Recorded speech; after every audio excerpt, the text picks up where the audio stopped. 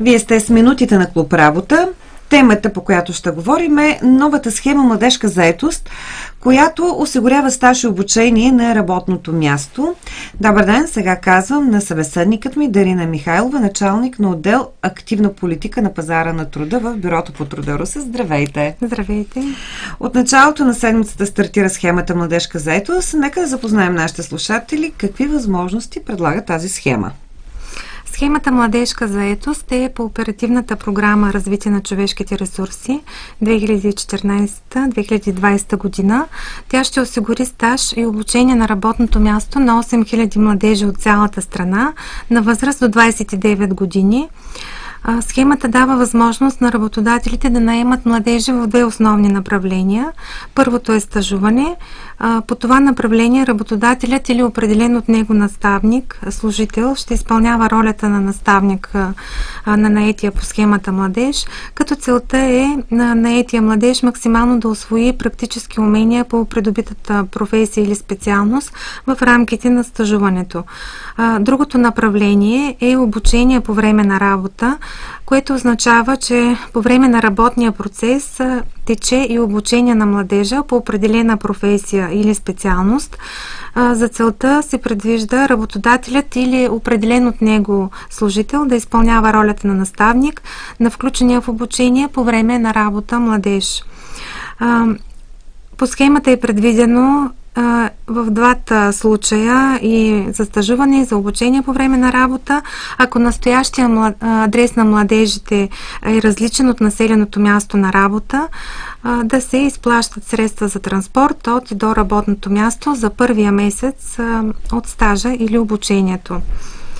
Също така е важно да се знае, че наемането на стажанти и обучаеми лица на разкритите работни места е под трудово правоотношение на пълно работно време, като работодателите могат да разкриват работни места по програмата за срок не по-малък от 6 месеца и да заявяват тези работни места в бюрата по труда, на чиято територия е разкрито работното място. Добре, какви са стимулите за работодателите, които да бъдат включени в проекта? Отново ще ги поясна в двете направления на схемата. На работодателите, които осигуряват стажуване по схемата, ще бъдат покрити разходите за възнаграждения в размер на минималния осигурителен доход за съответната основна икономическа дейност и квалификационна група професии за съответната година, към която се отнася разкритото стажантско място, социалните и здравните осигуровки на младежите за срок от 6 месеца. Ако след изтичането на този срок младежа остане на работа и сключи безсрочен трудов договор, на работодателя допълнително ще бъдат покрити разходите за социално и здравно осигуряване за още 6 месеца. Тук е важно да се знае, че разходите за възнаграждение на наставника по време на стажуване няма да бъдат покрити по схемата и ще бъдат за сметка на работодателя. По другото направление за обучение, по схемата разходите, които ще бъдат поети, са за възнаграждение на наетото лице в размер на 90% от минималната работна заплата за страната, също разходите за социални и здравни осигуровки за срок от 6 месеца.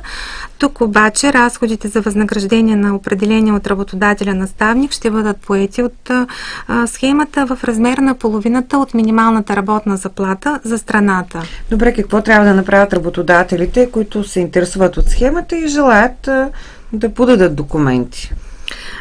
Преди всичко работодателите трябва да се запознаят с изискванията, на които трябва да отговарят, както и с декларациите, които трябва да попълнят в случай, че бъдат одобрени. Те също така трябва да знаят и какви други документи са необходими при сключване на договор с Агенцията по заетостта. Тези документи са достъпни на сайта на Агенцията по заетостта. Те също така са изнесени на информационното табло в сградата на Бюрото по труда. На втория етаж адреса смятаме известен, улица Капитан Лейтенант Евстатий Винаров, номер 10. На този етап приемаме заявки за разкриване на свободни работни места и този прием ще продължи до 29 септември включително, до края на работния ден. Заявки се приемат в стая 204, която също се намира на втория етаж в Бюрото по труда. Работодателите могат да изтеглят заявка от сайта на Агенцията по заетостта, но също могат и да попълнят такава заявка в тази стая на място. И може би тук трябва да кажа, че по схемата могат да кандидатстват всички работодатели, с изключение на структури на държавната и общинска администрация, както и общински предприятия. Работодателите могат да заявяват работни места във всички сфери на икономиката, без селското, горското и рибното стопанство. Разбрахме какво трябва да направят работодателите, на какви условия обаче трябва да отговарят младежите. Предполагам, възрастта е единия фактор, вие го казахте в началото, но на какви други условия? Да, точно така. Младежите трябва да бъдат на възраст от 29 години включително, да са регистрирани в бюрото по труда и да не участват в никакви форми на заетост, както и да не участват в никакви форми на образование или обучение, редовни, задочни, вечерни, дистанционни форми, към момента, в който се включват в стажуване или в другата форма обучение по време на работа.